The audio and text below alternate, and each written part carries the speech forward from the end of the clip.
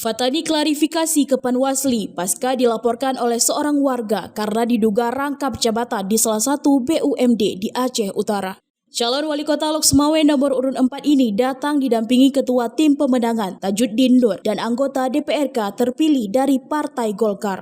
Fatani memperlihatkan surat yang menyatakan dirinya sudah berhenti dari perusahaan daerah bina usaha sejak bulan Juni lalu. Terkait dengan hal tersebut, Ketua Panwasli Kota Lok Sumawe Abdul Ghani menyatakan akan melakukan pemeriksaan terhadap surat tersebut. Selain itu, Panwasli Kota Lok Sumawe juga akan memanggil Direktur PD Bina Usaha dan pemerintah Kabupaten Aceh Utara untuk melakukan cross-check dan dimintai keterangannya.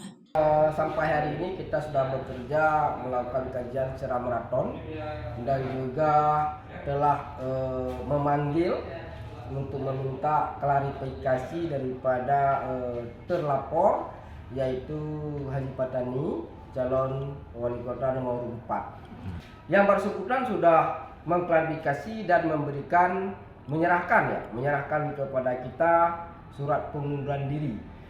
Yang bermakna kita perlu kaji kembali kebenaran surat ini dengan kita ada 2 orang lagi nanti yang akan kita panggil untuk memberikan klarifikasi dan sudah kita kasih undangan kepada Direktur Utama PT Bina Usaha dan juga undangan sudah juga kita sampaikan ke bawah hukum pemerintah Aceh Utara.